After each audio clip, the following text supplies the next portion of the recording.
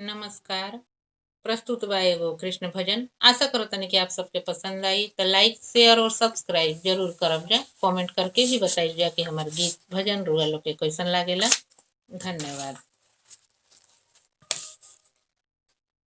तनी सुन ला हो नंदलाल बिनतिया दासी के। तनी सुन ला हो नंदलाल बिनतिया दासी के। तनी सुन ला हो गोपाल बिनतिया दासी के। तनी सुन ला हो गोपाल बिनतिया दासी के।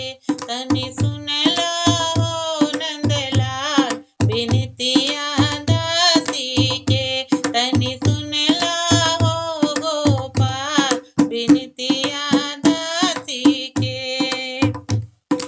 एको क्षण लागे नहीं मन मोरा हो सुन ला। एक न पता तोहार बा कहाँ कहाँ रहेला। एको क्षण लागे नहीं मन मोरा हो सुन ला। एक न पता तोहार बा कहाँ कहाँ रहेला। एगो कह दो हो नंदलाल ठिकाना दासी के। एगो कह दो हो गोपाल ठिकाना दासी के। तनी सुन ला हो नंदलाल तनी सुन ला हो गोपाल बिनतिया दासी के। तनी सुन ला हो नंदलाल बिनतिया दासी के।